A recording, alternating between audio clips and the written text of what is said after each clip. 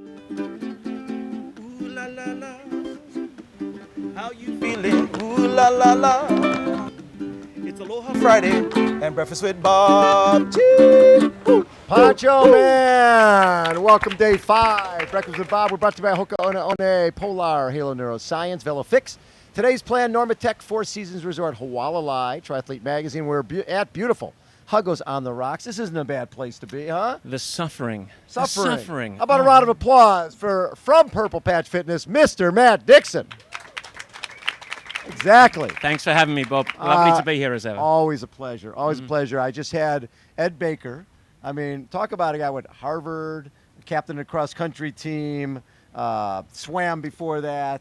And he told me when he first came to you, and it's a guy who was involved with, he was Uber Facebook, yep. and then Uber, and now Lime. And so this is a corporate guy. And he said when he first came to you, he said, I'd like to train with you. You were like, no. I'm not sure you quite have the resume. The corporate resume or the corporate athletic resume. Yeah. No, but you work with a lot of corporate guys. Talk a little bit about that, the challenge, because these are people who are incredibly time challenged. They are, and it's actually one of the joys of sport, because obviously we have our pro squad. Yes. And the mindset for those guys is unapologetic world-class performance. Right. And so we sort of anchor everything around sports performance. We sort of flip it upside down with the corporate guys, and really my mission with them is, I want to see them improve. I want to see them accomplish their goals, but not at the expense of their health, their performance at work, and the version of themselves that they bring for their families. So we really start at the other end of the equation and say, let's really look at your life first, and now how do we integrate this sport into life? And not overcome it. And not overcome it. And it becomes an optimization challenge.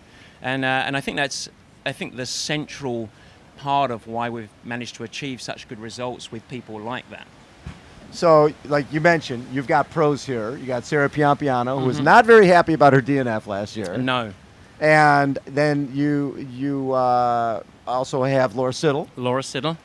Who she just did a race in Barcelona or something, like a full Ironman a couple weeks ago, and I'm sitting like, I don't think that was on Matt's schedule. It ironically was. 3 weeks ago, she raced an Ironman distance race, one of the toughest races in the world, actually. So she's the most resilient athlete I've ever coached, physically resilient.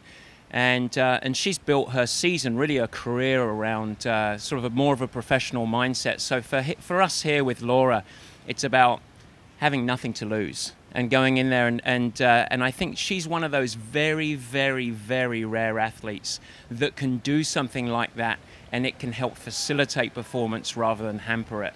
As long as you, of course, are not too tired going into it, and you're willing to have the courage to not do too much between the two races. It's funny because you mentioned to a Dave Scott that, hey, someone's going to do a full Ironman 3 weeks before, and he's like, that's heresy. That's ridiculous. Yeah. But it's interesting when I talk to some of those athletes, they'll say, we're doing long workouts anyways, and if I do a race, I'm more prone to really recover rather than if I just did a long workout. And it's very athlete dependent. So I would never have Sarah Piampiano do that. No. You have to learn your athletes and learn how they respond physically, and of course the emotional component. Do they have the courage? What does that do to them? For Laura, we've shown time and time again that she responds really, really well to racing, sort of clustering races a little bit. So going back to back, and earlier this year she won Ironman New Zealand, and just a few weeks later won Ironman Australia.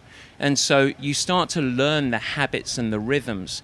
And then other athletes that are a bit more fragile physically, doesn't mean they're not world-class performance, right? But you have to be very careful with them. And so with Sarah, very, very different mindset. Okay, let's not race. The last time Sarah raced was early August, and you come all the way through till October, and you anchor it around the training. So you can't just cut out and say, okay, one size fits all. It's really about what's right for each individual athlete in many ways. And you've got, through Purple Patch, how many athletes are you working with? So we've got 28 athletes here in Kona, so it makes a busy week. Three pros, and we shouldn't forget Kevin Collington, who's also racing under our pro banner as well. So we've got 28 athletes here, but we've got several hundred across the, I was going to say across America, but really across the world, actually. That's so cool. And then balancing that with Mohammed Lana, who is one of our challenge athletes, missing his leg above the knee, and he's a Paralympic bronze medalist from 2016.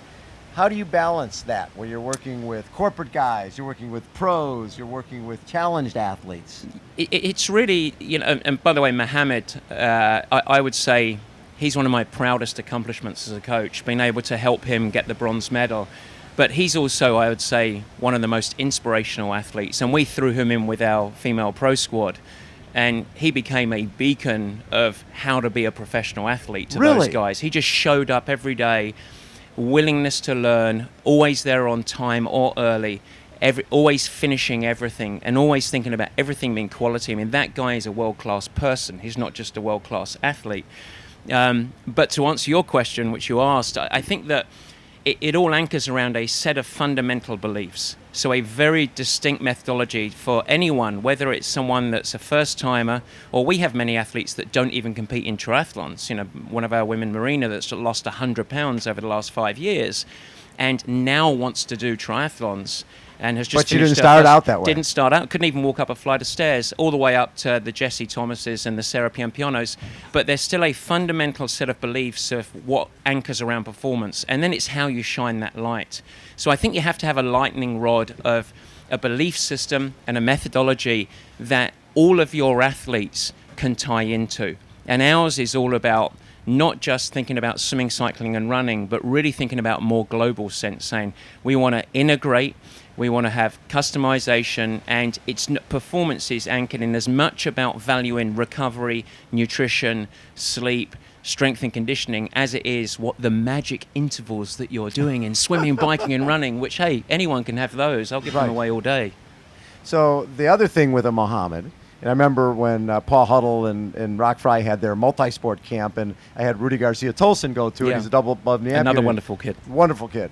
And one of the things that they told me says, all of a sudden the whining factor went away when you've got a kid who's missing both legs and he's falling down on the bike and getting right back up. I'm assuming it's the same type of thing with Mohammed. It's the same thing. And, he's not only smart and professional, he's also tough.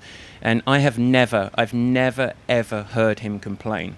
And so it's very, very hard to complain if you're running shoulder to shoulder with that guy. Right. And we have another challenged athlete that's integrated right into our squad. He's a long way from being an Olympic medalist, but Alan Shankin, who you know very well, of course, and every day in the squad. And he's an adaptive athlete. He's above knee amputee. Above knee amputee, and that's just a great thing to have centered in your program. And he's 2 lanes away from the pros, so it starts to balance out. And then at the other end of the pool, we've got our billionaires, and they look very, very ordinary when they're in their Speedos. And and I don't really give a heck what you've done in your life. When you're in your Speedos, you're in my play pit. And and that's a great equalizer, and I think it creates a really balanced, ego-free culture.